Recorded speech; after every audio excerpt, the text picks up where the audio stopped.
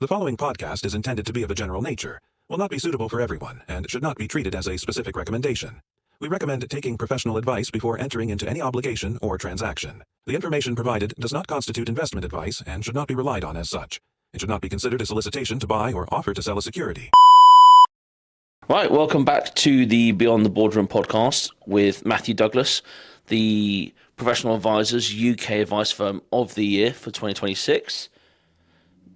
Today, we've traded out Matt and we've brought in the next generation, and we're joined by Tom, one of our advisors, and also the Chief Investment Analyst for Matthew Douglas. Manage the portfolio. So we like to throw a title here or there. Tom, thank you for joining us. Thank you. And we thought it would be best for this week's or this month's podcast to focus on kind of the markets, a little bit of myth busting occasionally with what people can and can't do, but also just a bit of a roundup and a bit of an update of what's been happening recently. A lot of people might have seen some stuff in the news, but getting kind of your thoughts on it from an investment point of view and what people could be looking to do or what they should be kind of doing now that a lot of that stuff is kind of in the rearview mirror, but still has implications moving forward. But yeah, first of all, Tom, thank you for joining us. Pleasure. Yeah. I mean, if it's all right with you, we'll kind of jump straight in to the kind of the big talking points first and foremost around investment and the news in the markets recently anyway, which was around Iran and the Strait of Hormuz. Mm-hmm. Now, obviously, all of this kicked off in February, I believe it was, particularly when the US went in, and it was one of those things that we couldn't have really perceived the amount of impact it would have, but it's obviously now moved forward into a state where people in the UK had lasting impacts from that kind of conflict. But from your point of view and looking at that kind of area or part of the world, what do you kind of see? What was the initial impact that you saw, and where are we kind of now? Yes, good question. And I'll be honest, when we first sort of heard about it all happening, we were thinking, is this really going to last? Is it actually going to have any material impact? And we kind of thought it was going to be much shorter than it was, I think. And I think it has really dragged out.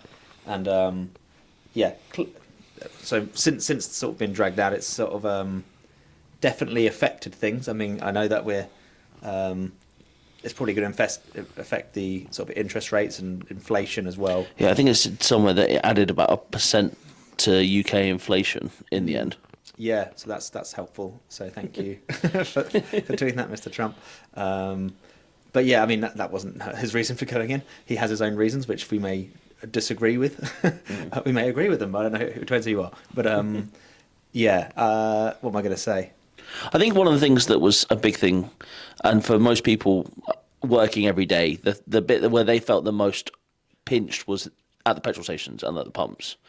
Now, for people who maybe don't understand why a conflict thousands of miles away impacted their petrol at Sainsbury's, can you kind of give a bit of an idea as to why? Yeah, well, the oil price is sort of set globally, so it's not just only if it's in the east, the conflict, then it only affects the east. I mean, they export most of their oil to the east, so you'd think, it's just only going to affect them mostly, but actually it just affects the global oil price. Right. So, I mean, generally the US is affected less because they can produce they do produce their own oil, and the government helps a little bit too, but we don't do much of our own like oil production, so it's not anymore anyway. Well, I was reading through about it, obviously, when it all kicked off, because again, I plead ignorance on this. I didn't know just how much of the global oil trade passed through, and I was amazed to see that kind of 20% of all of the world's oil normally flows and passes through the Strait of Hormuz. Yeah.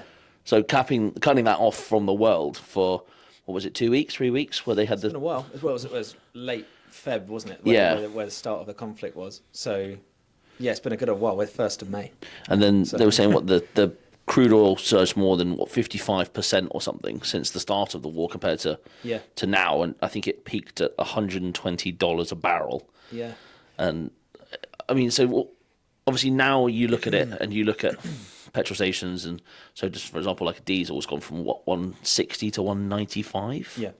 Now, from an investment's point of view, have you kind of seen that impact wider investments rather than people just like money in their pocket? Yeah, significantly. I mean, as you can expect, a lot of companies, well, firstly, a lot of them rely on oil. So a lot of them will have their profits are sort of maybe not quite as looking as strong as they were. But increasingly, you've got sort of as a follow-on from that, as we've discussed, you've got interest rates and inflation being affected. Interest rates, if that's higher for longer, that affects a lot of businesses.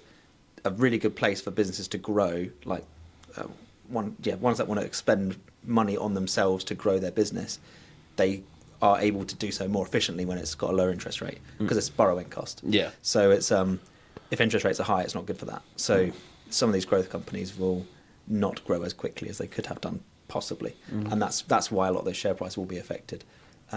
That's part of the reason anyway. Yeah, and then obviously I know particularly in the US rather than here, for example, I know President Trump came out and did a bit of a announcement about reducing the prices of oil, and I know there was quite a lot of fluctuation in the market when that news was announced. Yeah.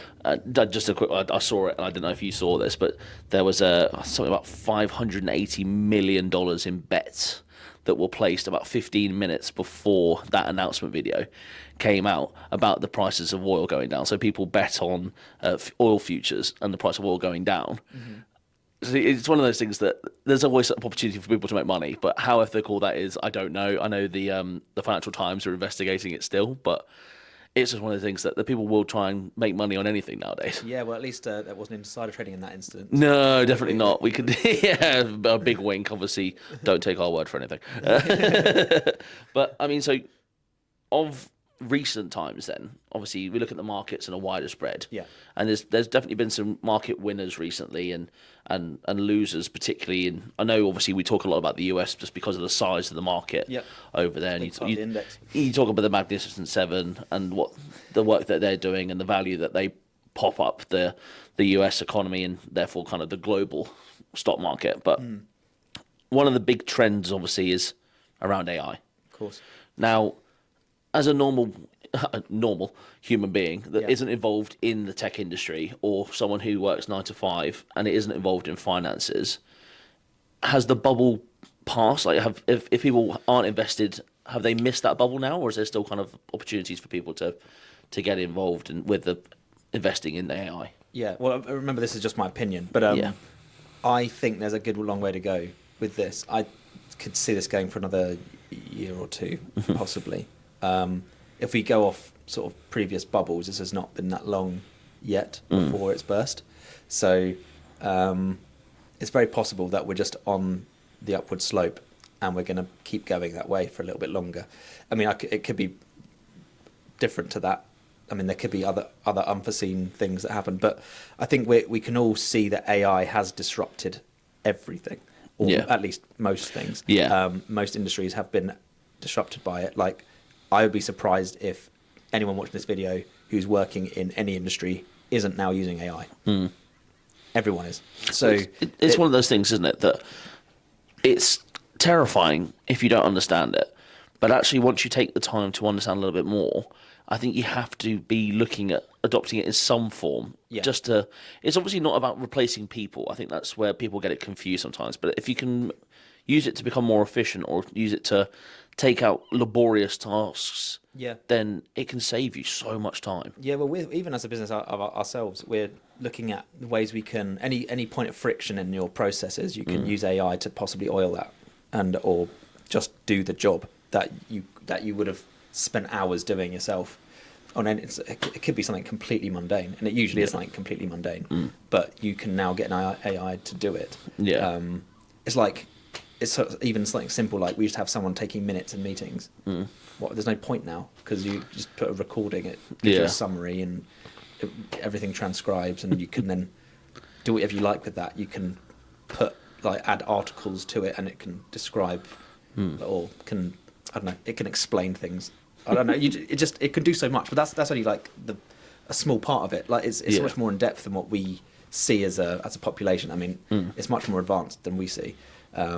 These massive companies are, they're putting a lot of money into getting AI to be able to like function by itself, basically, and learn from itself. and already we're sort of seeing it sort of create its own sort of software inside of it and things like that. So that's why a lot of the companies actually that I don't know if we're probably going to come onto it, or maybe we've already kind of gone past that, but a lot of these that AI, as we said, was disrupting. A lot of these companies that are software companies are seeing their share prices getting affected because, well, I suppose the market's probably thinking at some point that's going to be a redundant software, or that's going to be a redundant company unless they can adapt. Yeah. Because AI can kind of do it already, or you can see it happening that it's going to do it. I mean, there's some industries where we're not yet sure how impactful it's going to be on that market. For example, it could be something like Zoopla or something. I mean, I think people, for example, do actually enjoy scrolling through, looking at houses and finding a property. And that's part of the experience of it. And going to see a property. You're not going to, I don't think people, well, maybe it will happen, but I don't think you're going to buy a house just from going, I want a house that's, I don't know, 4-bed, 3-bathroom, with a roughly an acre of garden. And they go, oh, there's one. And then you're just going to buy that one straight away. I think you're still going to want to look. I think people like looking. I mean, it might speed it up though, and it might just make it a bit better. And that's the other argument: is it just going to make software more efficient? Yeah. Which I think it's the thing, isn't it? It's not just a tech story anymore. It's here to stay. I looked at it, and I think it was the Goldman Sachs did some research on it, and said that AI actually now was responsible for roughly 40% of all S&P 500 growth, earnings growth in 2026. Mad, isn't it? Yeah, it's crazy. Is that just AI, you say? Yeah, just AI had that much of an impact. But it's on the flip side. Obviously, those are the highs, and those are the winners, and those firms that are growing at a massive rate. The lows on the other side is, and actually for people, it's a lot closer to home, is the cost of living. Of course. Now, I think the claim, obviously the FTSE 100 hit 10,000, which is brilliant. Again, high values, but then 35% of Britons, it was reported, have low savings, and by low savings I mean like they have under 1 month's worth of savings left compared to their expenses. Yeah. Now, what kind of things do you think are leading to such a disparity between them? What leading to such disparity? Well, some of these companies are making money. Some of these FTSE companies, but they're not all in industries that I don't know. That's a very good question, but I'm trying to find the answer to it. I do my homework. So why are the companies doing well, but why are the people not? Basically? Yeah, that's it exactly. Yeah, so we know. Well, the companies are doing well because they are. Well, the type of companies that are in the FTSE are ones that are benefiting from. They can be benefiting from having a slightly higher interest rate environment. Maybe they've been a lot more investment into defence companies, a lot more into sort of. There's some mining companies in there, which obviously you'd expect to have done quite well when gold's been doing what it's been doing. Yeah. You've got some obviously banks will do well. You've got trying to think what other sort of industries are sort of typically in that sector. In that index. Anyway, you get the point. So those ones you would expect to do quite well under the circumstances we've had. Yeah. But the people are just they don't necessarily feel the profits. They're not like shareholders in these companies. Yeah. They're just the people that the companies are sort of. They're still doing the same job, but they're making more money. Yeah. Because of just the environment they're in. Not necessarily because the people are doing a better job necessarily. Yeah. And is it also, would you say, impacts from like government policies with national insurance going up, the kind of the minimum wage going up? Is it also kind of pushing more businesses, maybe small businesses particularly, where was it half of the UK are employed by small or owner-managed businesses? Yeah, well, the FTSE isn't small. No, businesses, absolutely. Clearly, which is where the disparity is. Because I think a lot of the smaller companies haven't been quite as successful. Some of them have. Some of them have. There's been a lot that have done very well, but not all have. No, there's been a much larger proportion of them haven't been doing. And I think that's a big point as well. I think for a lot of people, they don't understand or kind of understand what the difference is between, say, a company listed on the FTSE compared to high street shops, for example. So just for the FTSE 100, just to be 100, sorry, the FTSE 100, for example. So for those who might not understand what the FTSE 100 is, do you mind just giving literally a quick, 30-second, this is what the FTSE 100 is? It's basically the biggest 100 companies generally in the UK. And is that generally biggest by size, by revenue, by share price? Now you're going to question my knowledge. It's usually sort of the market cap, probably. Fair enough. Okay.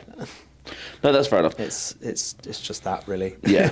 No, that makes sense. And I think one of the things that, moving away from that aspect of it, from the business side of you, from looking at yourself, and obviously you spending a lot of time during the day talking to different funds, talking to different, going to investment meetings along those lines, what kind of things have you noticed have really had an impact or becoming more of a talking point over the last, say, 3 or 4 months compared to where we were to where we are now? So what am I discussing with clients? You're saying, or what am I discussing actually, I think with people in fund managers and fund houses, what are the kind of things that they're talking about? Well, it's all the things that we're doing in the portfolio, really. It's the AI. It's clearly a massive driver of discussion. As we've already alluded to, you've got the Strait of Hormuz affecting a lot of things. So what's going to do well and what's not going to do well from... we don't know how that's going to end. Yeah. Because it hasn't really ended I think yet. that's the big point as well. People just kind of pass it by now, but actually there's still... We're still not sure what the outcome is yet. No. We think it's not going to be as bad as what people feared, and that's rarely actually what happens anyway. Usually when the market reacts, it overreacts. So as we saw, there's a massive jump down in the market, and then actually it recovered to basically where it was late Feb, within a month. So it's just hold your horses, it'll be fine, kind of thing. I mean, that's not always the case, but in a lot of these big shocks, that can happen. There's nothing. If it gets resolved to some degree, there's fundamentals are not that different to what they were before. So it's probably going to be where the market will probably return to where it was. If there's some fundamental changes, then it changes. But I mean, the things that we're discussing. So we go back to the question. We've been discussing sort of where regionally is going to do well. So Europe and UK, obviously we've seen them do quite well over the previous 12 months. Are they going to still be a good place to invest this year? I think people are investing in defence a lot. A lot of countries are investing in their defence a lot more now for obvious reasons. And you could possibly say that that part of the market, which has been traditionally quite stagnant, I mean, not traditionally, but more recently has been quite stagnant, recent history, and very recent history would suggest it's now not nearly as stagnant and actually could be more of a growth story, because people are it's becoming quite deglobalized, the whole globe, in the sense that people are looking out for themselves a lot more. Okay. It's not...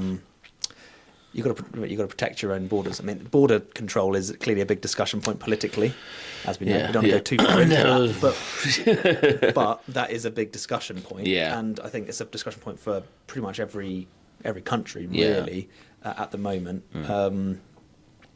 And emerging markets as well. They are still on that AI story themselves, so they've got a lot of excellent companies in that part of the world. Obviously, TSMC feeds into the US ones as well. Would you say that's a really important point for people who have maybe not gone down the route of speaking to a financial advisor before and have maybe just invested in singular markets on their own? Do you think now it's actually a case of checking your portfolio's geography in general, whereas rather than having, say, a very UK heavy portfolio that might have lagged recently, actual global diversification also protects you against certain one-off instances where one market's going to be impacted? Is that kind of one of the reasons that you think it's beneficial to have an advisor that's looking at these things? Yeah, it can for certainly be. I mean, I like to have the discussion with clients because I find it interesting. But I think you'll find there's a bit of a disparity sometimes between sort of age groups and where they're investing their money. I mean, people who are sort of 30-ish are probably actually looking more at US stuff. Yeah. They like the tech stuff, the more racy growth stocks. Yeah. And then you've got someone who's in their maybe 70s, 60s, 70s, that's probably thinking more along the lines of UK stuff, because that's what the UK for a very long time was doing really, really well. It's had over, last 5 years, not as good a story as the US, for example. Yeah. But it's it's done well recently, obviously. But so they look like they've done a good job for last year if they've invested in like Shell and I don't know some bank in the UK. Like I don't know, you've got some like Barclays have done quite well as well. So yeah, I don't know. It's I forget what the question was, to be completely honest. That's fine. But I mean, it's one of the things that I alluded to a little bit earlier with obviously the highs and lows with some of the markets doing really well, but people sometimes still feeling the squeeze. And I mean, I was looking back at it. I think it was British Beef did an article about it. Brief, not beef, if that came out that way. Brief, not beef. It wasn't the butchers, no. Well, they were saying about 2/3 of Brits were saying that they've cut back on essentials to help rising prices.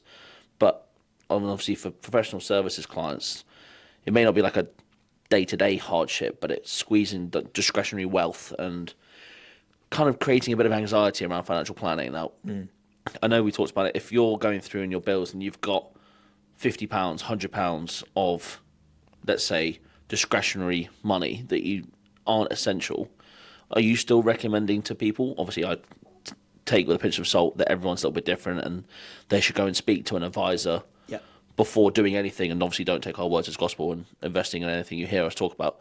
But do you still think it's worth people coming and talking to an advisor or going online and looking into getting advice for small amounts of money and saving every month? Yeah, it depends on what your objectives are, to be completely honest. If your objectives are quite short term, then it might be a bit risky to go all in on like stocks. When you say short term, what are you looking at? What 2 years? Maybe, under 3 years. Under 3 years, probably. Okay. Anything in that. And that's, was that just also because of volatility in markets? I mean, we don't know what's going to happen. I mean, no. Obviously, we last time there was a war, like the Ukraine one, we're like, everyone was sort of joking, could be another one. Oh, look, there's another one. Yeah. So I don't know when the next one's going to be. No. There could be another one. Like, who knows? There could be another pandemic. In the last 3 years, I suppose we've had Ukraine, we've had obviously Israel and Palestine with the issues that really kicked off in October a couple of years ago, and obviously now with Iran and the US. So yeah, I see what you mean. There's the volatility is such a risk for people now. Yeah, but what I would say is where there's volatility, there's actually opportunity. Yeah. So if you're a long-term investor, medium to long-term, you can find opportunity where there's been these big disruptions. So, I mean, if you had what's it called? A crystal ball. Crystal ball, that's the word. The word I'm looking for. Then, or you had some insider trading. Then which we don't recommend, obviously, for obvious reasons. Yeah, but I'm not obviously recommending that. I'm saying if I'm talking about something in administration across the sea somewhere. Of course, but if someone did know what was going to happen and they invested in oil, when just before the oil price shot up, I mean, that would have been, you would have made a lot of money. I mean, so clearly you can make money quickly, but I wouldn't invest like that. Well, obviously, because that's inside trading. But I mean, I wouldn't invest I wouldn't have that as I wouldn't think so short term. No. I'd be thinking, what do I want to get to in, I don't know, 10 years plus? How's the best way to get there? Yeah. If I'm going to be saving money and my interest rate is 4%, let's say. Is that good enough to get me to where I want to be? Yeah. If it's not, and even if it is, to be fair, you generally can do better by investing in markets. Obviously be smart about it. Even if you just bought a global tracker, you'll have done a better job than just going in cash over pretty much any long-term period. Like you said, obviously, just got to be wary that markets go up and down. They do. They go up and down. But like on the long term, if you look at global markets, we're higher right now than we were 5 years ago than we were 10 years ago. And that's with three wars in the middle. Yeah, we've had a very turbulent journey. But yes. If once you look back in the rear view mirror, a year from now, even this recent dip in the markets we've seen with the sort of the war going on in Iran, it will look like a small V shape in a long chart. It won't really. People might forget as to what it was. I still see clients now and go, when we see their charts of what happened last year. And it's and you go, oh, do you remember what happened last year? And they generally can't remember what it was. It's like, no, remember the tariffs. All those things happened. It's like, oh, yeah. And it's like, genuinely, people are going to forget to some degree. What's actually happened. Because it's not going to mean much to you. When you've had a 5-year plan and you've had a 2-month period of volatility, that's not affected your 5-year plan. No. As long as it's not like catastrophic. Yes, yeah, of course. But rarely it is. I mean, No. as we've seen, markets have returned, even though there's been a war. They've returned to where they were within 2 months. And there's nothing to say, like, if you're lucky enough and you buy at the dip when everything's come down again, you there's can make loads of money. But we don't, again, that's not the way we do things. No, absolutely not. We are very much long-term Exactly. Investors. But would you say that this is the kind of precise environment as to where having a financial plan, not just a collection of assets, makes the difference? Oh, 100%. I mean, everything that we do, as you would expect me to say, is planning. Yeah. So it's, as I said before, it's about your objectives. So it may be that you maybe love saving, but actually you like saving, but actually you've got this massive tax burden because of obviously the tax rates have been, the tax thresholds have been frozen again. Yeah. And actually a lot of people are going to be earning a bit more money, but they're going to be paying a lot more tax on relative terms. So is there a way you can mitigate that? Maybe you need a specific investment that will help you out in that situation. Or maybe you're closer to retirement and you're thinking about an ISA, and actually you could still be putting more into your pension and getting a slightly better tax, more tax relief from that, because you've still got your 25% probably at the end of when you get to retirement, your tax-free cash. That's a wonderful segue to one of my last kind of topics I wanted to talk about. Obviously, since the last podcast that I did with Chris from Larkin Gowan, which was since our last podcast episode, we've had a new tax year, which means we're now 12 months away from pensions becoming part of inheritance tax. Now, a lot of people are asking, should I be talking to a professional advisor? What should I be doing? Yep. So from your point of view, who should be talking to a professional advisor if they're worried about their pension?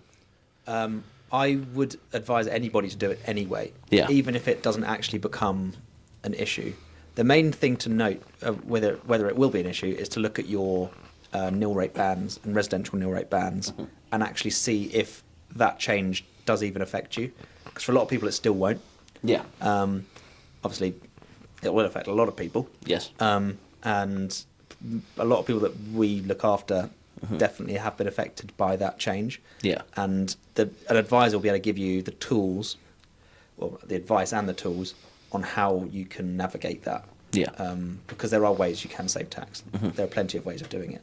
I mean, would you like me to go into any of them? Yeah, I mean, just a quick flyover of what are a few things people can be listening out for in conversations and kind of thinking about. Yeah, so obviously pensions have been a great way of doing it, but they're no longer they're not going to be a viable option for many people, and unless there's another change, a U-turn of some description in the future. Yeah, wouldn't be who?